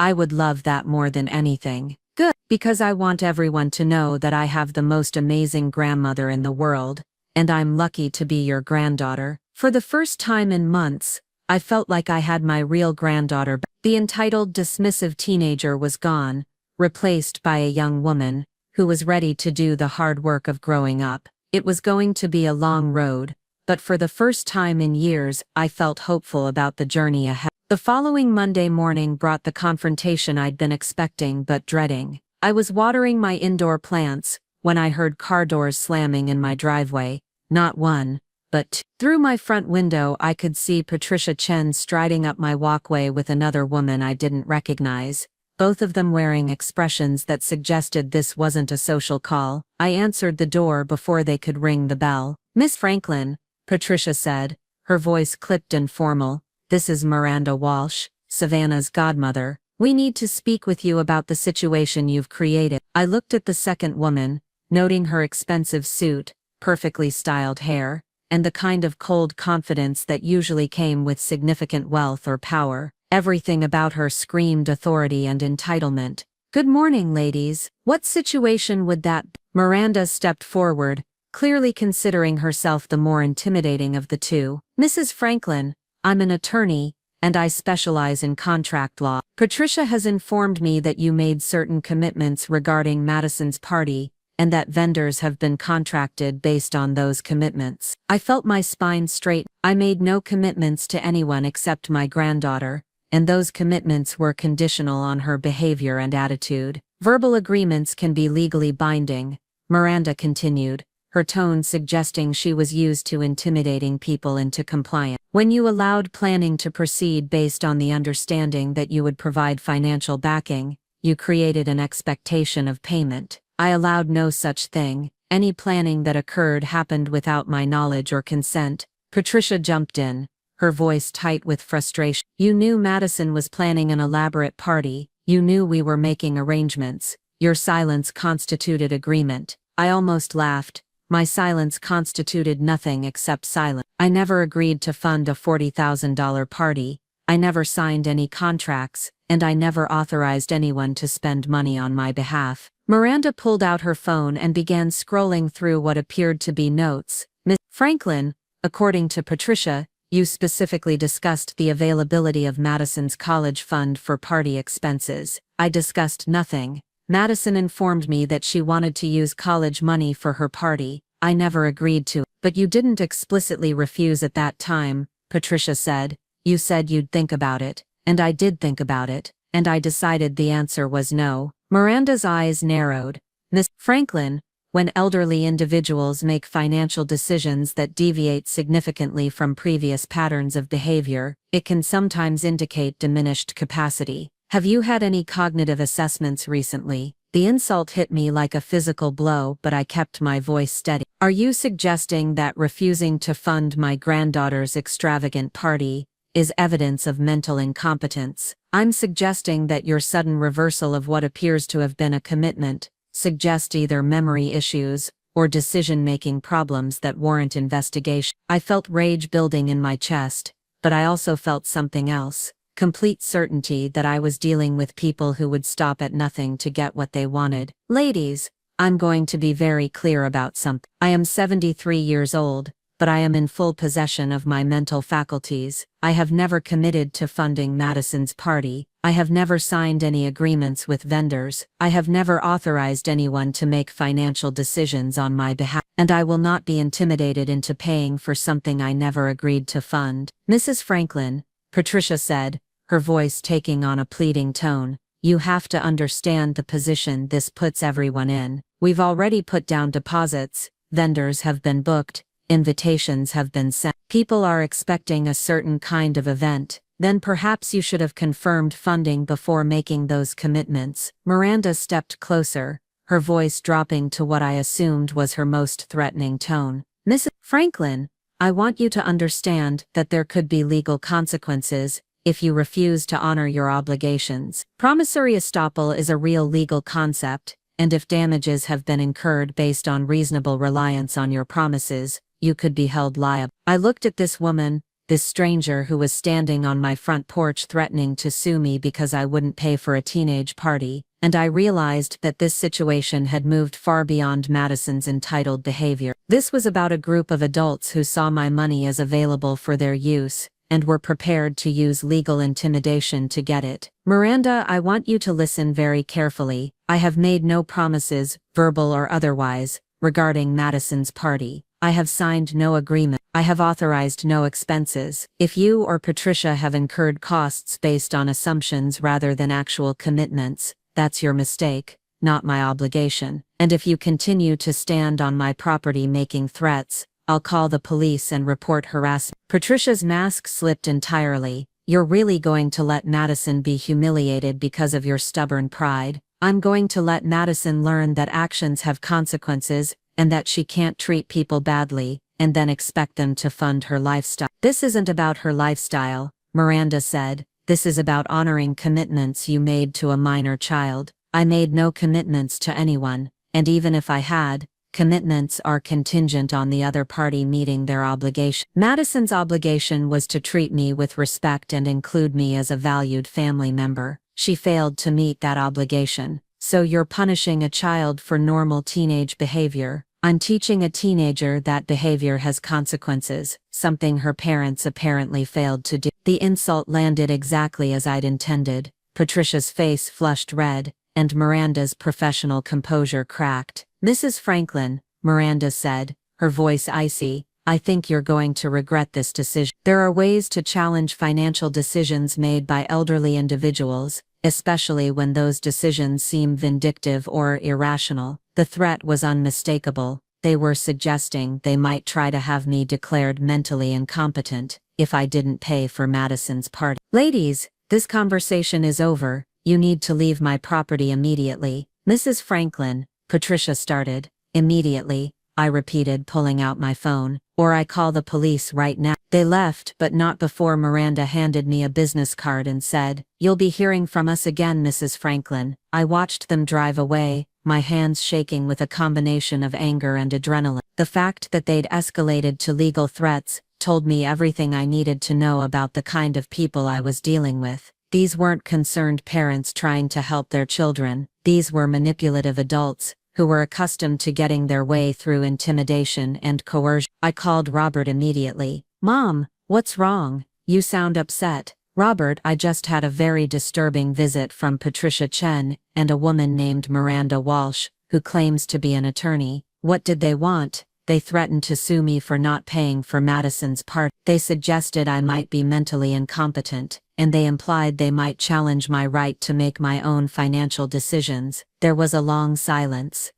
I repeated the conversation, including Miranda's threat about promissory estoppel, and her suggestion that my refusal to fund the party might indicate diminished capacity. Mom, they can't do that. You have every right to decide how to spend your own money. I know that, and you know that, but apparently they think they can intimidate me into compliance. Do you want me to call them? Tell them to back off? No, Robert. I want you to understand that this situation has moved far beyond Madison's part. These people think they're entitled to my money, and they're prepared to use legal threats to get it. That's crazy. It's not crazy, it's calculated. They've done this before, Rob. They've found ways to pressure people into funding their children's lifestyles, and they assume I'll cave under pressure just like others have. What do you want to do? I want to make sure my financial affairs are completely protected. I want to document everything that's happened, and I want to make it very clear to Madison what kind of people she's been trying to impress. Do you think Madison knows about this? I don't know. But she needs to understand that Patricia isn't just planning parties, she's running some kind of operation, where other people's money funds her daughter's social status. That afternoon, I called Carol and asked her to schedule an emergency meeting. Bessie, what's going on? I explained the morning's visit and the legal threats. Oh my God, Carol said. Are you serious? They threatened to challenge your mental competency because you won't pay for a party. That's exactly what they did. Bessie, I need you to come in immediately. We need to document everything and make sure all your financial accounts are completely secure. An hour later, I was sitting in Carol's office, going through every detail of my financial situation. Bessie, your finances are completely in order, your investment decisions have been sound, and you're clearly of sound mind. Any attempt to challenge your competency would be frivolous and probably actionable as harassment. But they could still try, but they wouldn't succeed. However, let's take some preventive measures. I'm going to arrange for you to have a cognitive assessment done by a licensed psychologist, just to have documentation on file. I'm also going to prepare a comprehensive financial statement showing your decision-making history over the past several years. Is that necessary? It's protected. If anyone ever tries to challenge your competency, we'll have recent professional documentation proving you're fully capable of making your own decisions. What about the college fund? Is there any way they could claim Madison has a legal right to that money? Absolutely not. The account is in your name, with Madison as beneficiary. You have complete control over how and when the funds are distributed. Even if Madison were 18, you could change the beneficiary or withdraw the money entirely. Good, because I'm starting to think Madison might not be the only one who needs to learn about consequences. That evening, Madison called me crying. Grandma, something really weird happened today. Savannah's mom came to our house and had this big fight with Dad. She was yelling about contracts and money, and legal stuff. Dad wouldn't let me listen, but I could hear them through the door. What's going on? I took a deep breath. This was the moment I'd been dreading, but it was also necessary. Madison, Patricia came to my house this morning with an attorney. They threatened to sue me if I don't pay for your party. The what? They claimed that I had made commitments to fund your party and that I was legally obligated to pay for expenses they'd already incurred. But that's crazy. You never promised anything. I know that, and you know that, but they seem to think they can intimidate me into paying anyway. Madison was quiet for a moment. Grandma, I think I've been really naive about Savannah's family. There have been some things that didn't make sense, but I ignored them because I wanted to fit in. What kind of things? Like Savannah's always talking about how her mom handles other parents, how she gets them to pay for things they don't want to pay for. And there have been other parties where kids' grandparents ended up paying for everything, even when the grandparents weren't really involved. My stomach dropped. Madison, are you telling me that Patricia has done this before? I think so. There was this girl last year, Emma Rodriguez, whose grandmother ended up paying for her quinceañera, even though she didn't want to. Emma said her mom felt pressured because of all the deposits that had already been made. And you didn't think there was anything wrong with that. I thought it was just how these things worked. Rich families help each other out, you know? But now that it's happening to us, it feels different. It feels wrong. Madison, what Patricia is doing isn't helping. It's manipulation. She's using social pressure and legal threats to get other people to fund her daughter's lifestyle. I'm starting to see that, Grandma. I don't want to be part of this anymore. I don't want my party to be paid for by threats and manipulation. What do you want to do? I want to plan something completely different. Something that doesn't involve Patricia or Savannah, or any of these people who think money and threats are more important than relationships. Are you sure, Madison? This might mean losing some friendship. If they're the kind of friendships that depend on expensive parties and impressing people, then maybe they're not worth keeping. I felt a surge of pride so strong it brought tears to my eyes. Madison, I am so proud of you for seeing this clearly. It's taken me a while to understand what you were trying to tell me, but I get it now. The people who really care about me will want to celebrate with me no matter where we have the party or how much money gets spent. Exactly. So can we start planning something new? Something that's really about celebrating my birthday instead of trying to impress people. I would love that. And Grandma, I want to invite Patricia and Savannah to the new party. I want them to see what a real celebration looks like when it's based on love instead of money. Are you sure that's wise? I'm sure it's necessary. They need to see that their way isn't the only way, and that there are people who value character over cash. The next morning brought another unexpected visitor, but this one was welcome. Dorothy knocked on my door carrying a casserole dish and wearing a grim expression. "Bessie, I heard through the neighborhood grapevine about your visitors yesterday. Patricia Chen has been making phone calls." "What kind of phone call?" "She's been telling people that you're having memory problems and making irrational financial decisions. She's suggesting that your family might need to step in and help manage your affairs." I felt my blood run cold. She's spreading rumors about my mental state. It gets worse. She's also been telling people that Madison's party situation is evidence that you're becoming unreliable and possibly need supervision. "Dorothy, she's trying to destroy my reputation to pressure me into paying for that party." "I know, and that's why I'm here. Bessie, you need to fight back. You can't let her spread lies about you without consequences." "What do you suggest?" "Document everything. Get statements from people who've witnessed her behavior, and consider talking to a lawyer about defamation." "I don't want to get into a legal battle. You may not have a choice." Patricia has escalated this beyond a simple disagreement about a party. She's attacking your character and your mental competency. If you don't fight back, she'll keep doing it to other people. That afternoon, I received a call from someone I hadn't expected to hear from. Emma Rodriguez's grandmother, Maria. "Mrs. Franklin, my name is Maria Rodriguez. I think we need to talk." "About what, Mrs. Rodriguez?" "About Patricia Chen and what she did to my family last year." We met for coffee that same day. Maria was a small, elegant woman in her 60s with intelligent eyes and calloused hands that spoke of a lifetime of hard work. "Mrs. Franklin, I heard through the school community that Patricia is targeting your family now. I wanted to warn you about what you're dealing with. Please, tell me everything." "Last year, my granddaughter Emma wanted a quinceañera. My son and daughter-in-law had budgeted $5,000 for the celebration, but Emma became friends with Savannah, and suddenly, she wanted something much more elaborate." "What happened?" "Patricia offered to help plan the party. She said she knew vendors. She could get better prices. She could make it really special." My family was grateful for the help, but Patricia made commitments without consulting us. She booked vendors, ordered decorations, arranged entertainment. When we objected to the costs, she said it was too late. Deposits had been made. Contracts had been signed. My heart sank.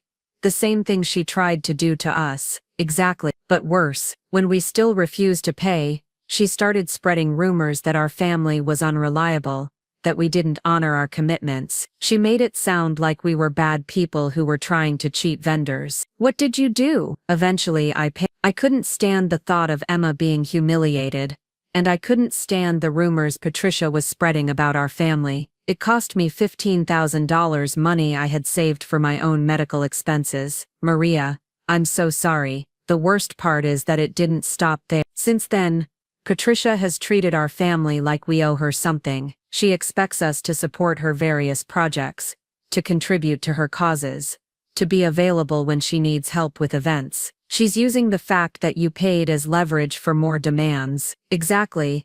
And Miss Franklin, I've learned that we're not the only family this has happened to. Patricia has perfected this system. She identifies families with elderly relatives who have money.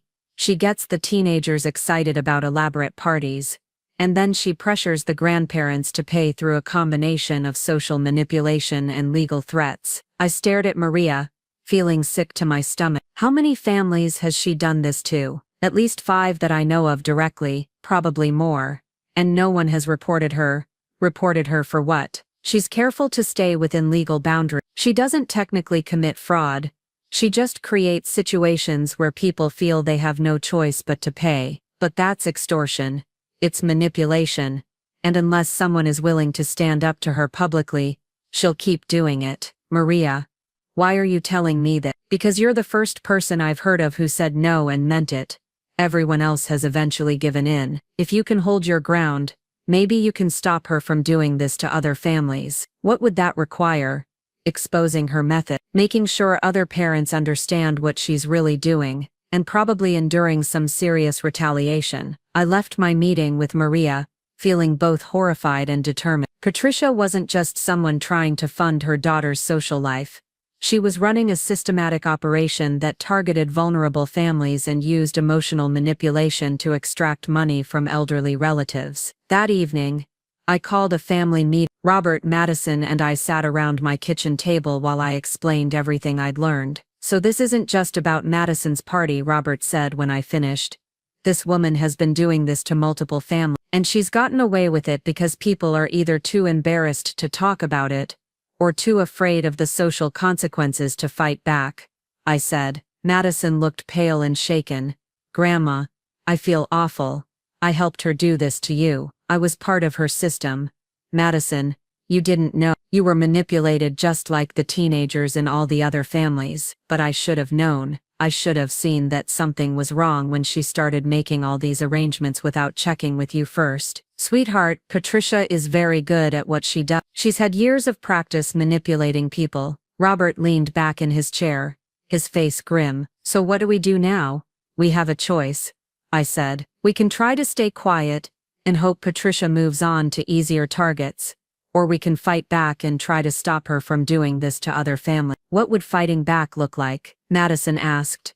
"It would mean documenting everything, gathering statements from other families she's targeted, and possibly pursuing legal action for harassment and defamation.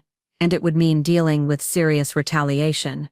Robert added, "If this woman is as calculating as you say, she won't just accept defeat quietly." "Probably not, but if we don't fight back, she'll keep doing this to other families, and Madison will have to live with knowing that her party was the reason other grandparents got manipulated and threatened." Madison was quiet for a long moment. Finally she said, "I want to fight back. I don't want other kids to be used the way I was used, and I don't want other grandparents to be threatened the way you were threatened. Madison, it's going to be difficult. Patricia will probably try to turn your friends against you. She might spread rumors about our family. She might make school very unpleasant for you. I don't care. Well, I do care, but I think doing the right thing is more important than being popular." Robert nodded slowly. "I agree. We can't let this woman keep victimizing families." "All right then," I said.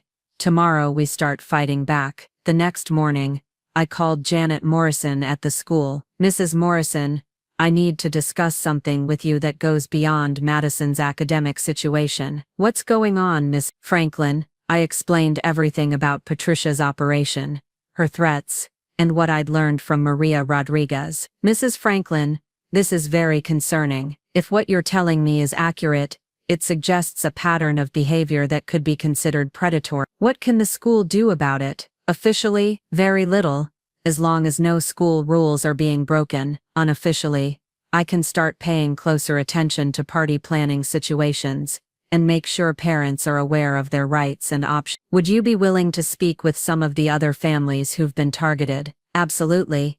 In fact, I think we might want to consider hosting a parent information session about party planning pressures and how to avoid manipulation." "That's a great idea. Miss Franklin, I want you to know that I admire what you're doing. It takes courage to stand up to someone like Patricia Chen." "I'm not doing it for courage. I'm doing it because it's right." That afternoon, Madison and I sat down to plan her new party. But this time, the planning felt completely different. Instead of trying to impress people or compete with other events, we focused on creating something meaningful and joyful. "What if we had a garden party theme?" Madison suggested. "We could use your backyard, decorate with flowers from your garden, maybe have a barbecue and lawn games." "That sounds lovely, and very achievable within a reasonable budget. Could we maybe ask people to bring a dish to share, like a potluck? That way it's about everyone contributing to the celebration instead of one person paying for everything." "Madison, that's a beautiful idea. And instead of hiring a DJ, maybe we could just make playlists and use a good sound system. Your grandfather and I hosted many wonderful parties with nothing more than a record player and speakers set up on the back porch. Could we make decorations together?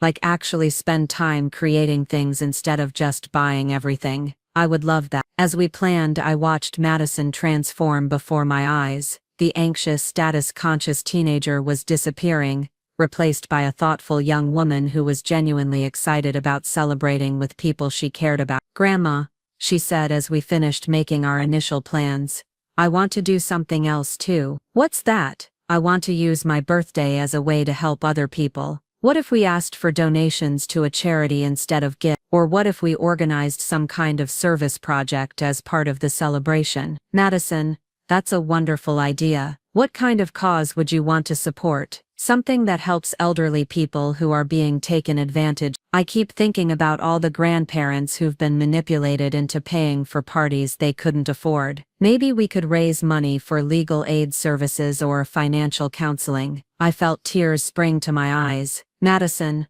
I am so incredibly proud of the person you're becoming. I'm proud of you too, Grandma, for standing up to Patricia, for teaching me what really matters, for showing me that being brave is more important than being popular. You're going to make mistakes, sweetheart. We all do. The important thing is learning from them and choosing to do better. I want to do better, and I want other kids to see that there's a different way to think about celebrations and friendships, and what really matters in life. As I looked at my granddaughter, I realized that Patricia's manipulation had actually given us an unexpected gift. It had forced us to examine our values, strengthen our relationship, and commit to standing up for what was right. The battle with Patricia was far from over, but for the first time since this whole situation began, I felt like we were going to emerge stronger and better than before. And Madison's real sweet 16 celebration was going to be sweeter than any party money could buy. 3 weeks later, on a perfect Saturday afternoon in June,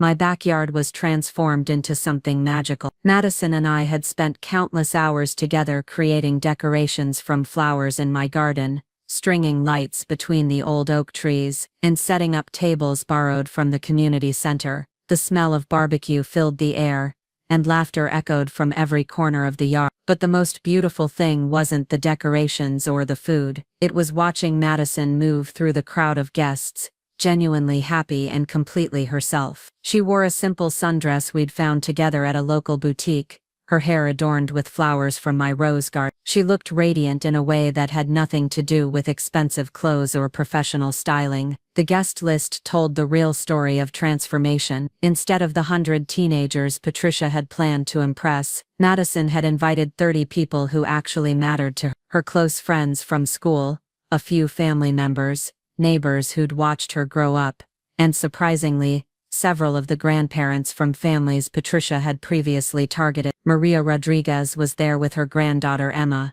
and they'd brought 3 other families who wanted to show their support. Janet Morrison, Madison's guidance counselor, had also come. She spent most of the afternoon talking with the various grandparents about their experiences and taking notes for the parent education program she was developing. The most meaningful moment came when Madison stood up to address her guests. She'd asked me earlier if she could make a speech, and I'd agreed, though I had no idea what she planned to say. "Everyone," Madison called out, her voice carrying clearly across the garden, "I want to thank you all for being here to celebrate with me. But before we cut the cake, I want to talk about why this party is so special." The yard grew quiet, all eyes focused on my granddaughter.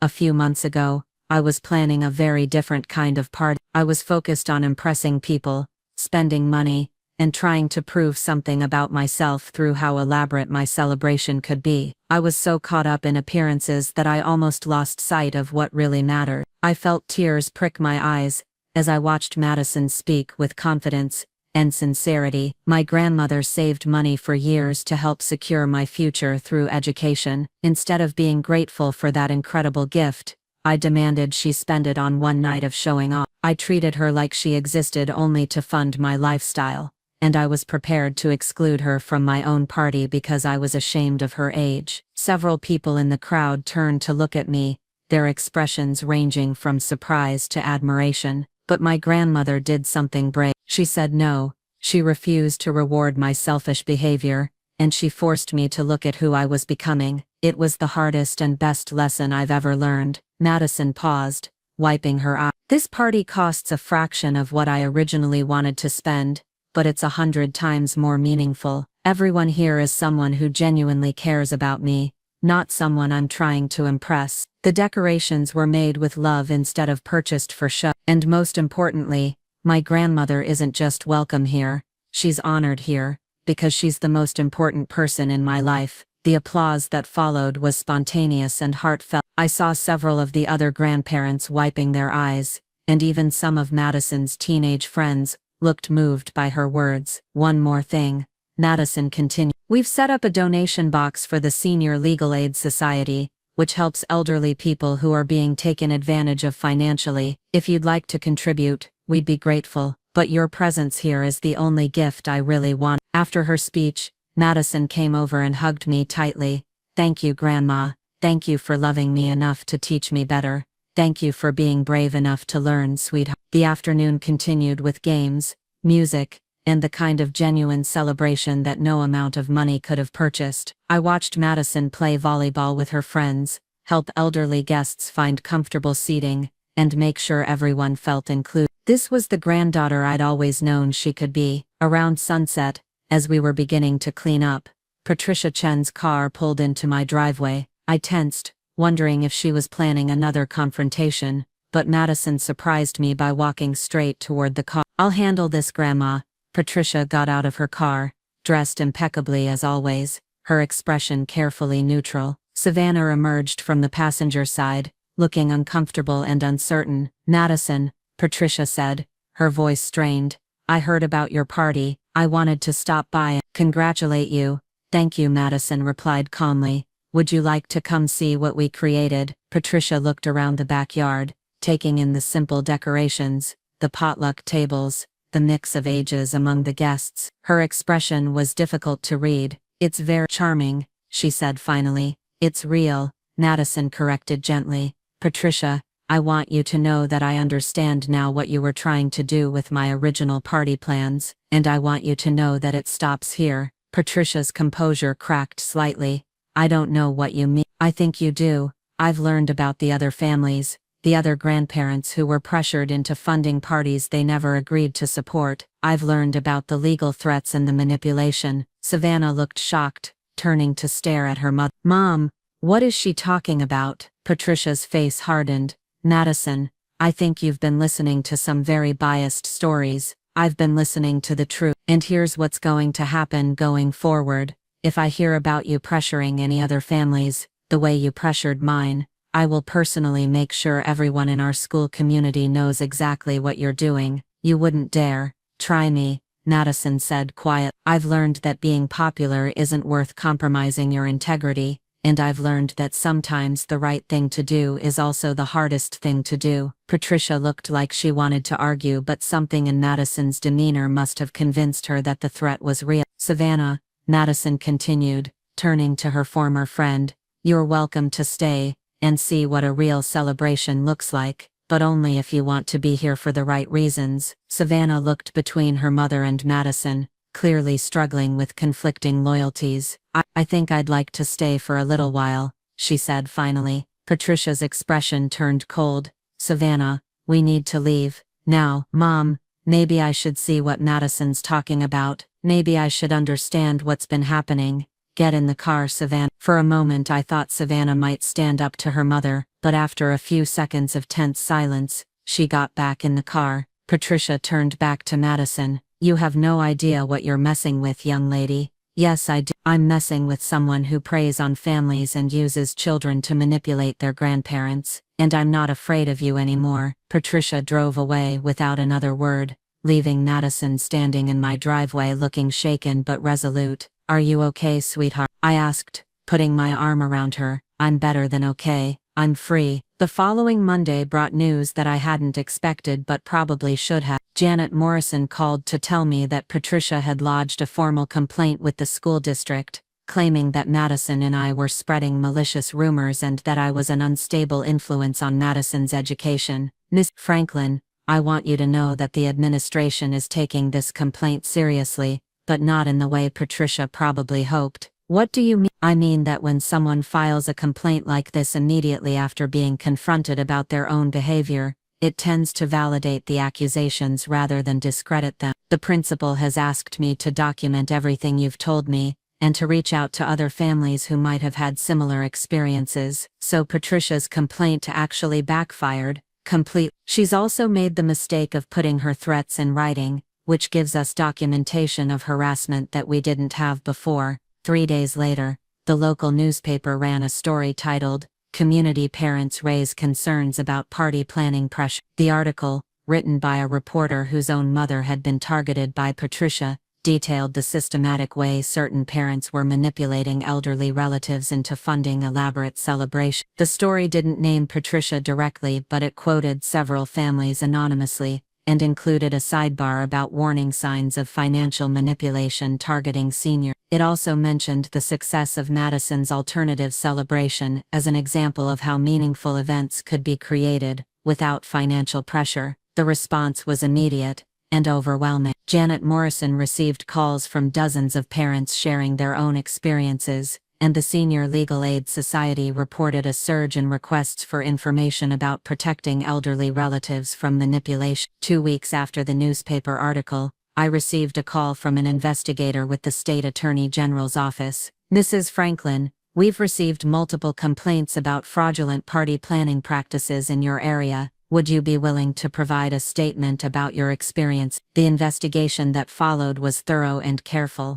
Investigators interviewed more than 20 families and documented a clear pattern of predatory behavior. While Patricia had been careful to stay within legal boundaries, her actions constituted a form of financial elder abuse that warranted both criminal charges and civil liability. The legal proceedings took months, but the social consequences were immediate. Patricia found herself ostracized from the very community circles she'd worked so hard to dominate. Families began avoiding her events, and her influence evaporated almost overnight. Savannah, freed from her mother's manipulation, gradually reconnected with Madison. It took time for them to rebuild trust, but watching them work through their friendship taught me valuable lessons about forgiveness and growth. 6 months later, Madison's grades had not only recovered but improved dramatically. She'd thrown herself into her studies with the same intensity she'd once devoted to social climbing, and her teachers reported a complete transformation in her attitude and work ethic. "Grandma,"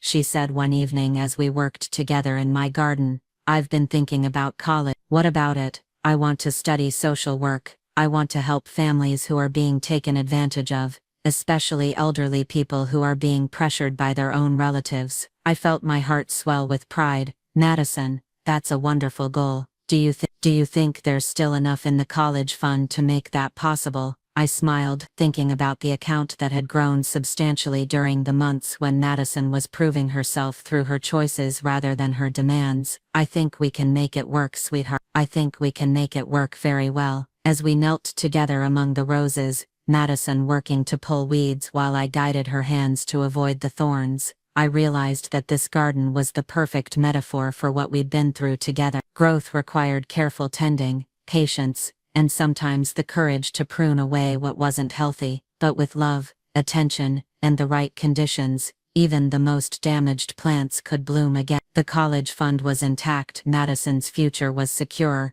and our relationship was stronger than it had ever been. But more importantly, we'd learned that the most valuable gifts couldn't be bought with money. They had to be earned through character, nurtured through respect, and shared through genuine love. Patricia's attempt to manipulate our family had backfired spectacularly, but not because we'd sought revenge. It had backfired because we'd chosen truth over convenience, character over comfort, and love over fear. Those choices had transformed not just Madison and me, but everyone whose lives we'd touched along the way. The real Sweet 16 gift hadn't been a party at all. It had been the gift of learning who we really were, and who we wanted to become, and that gift would last far longer than any celebration ever could. Up next, you've got 2 more standout stories right on your screen. If this one hit the mark, you won't want to pass these up. Just click and check them out.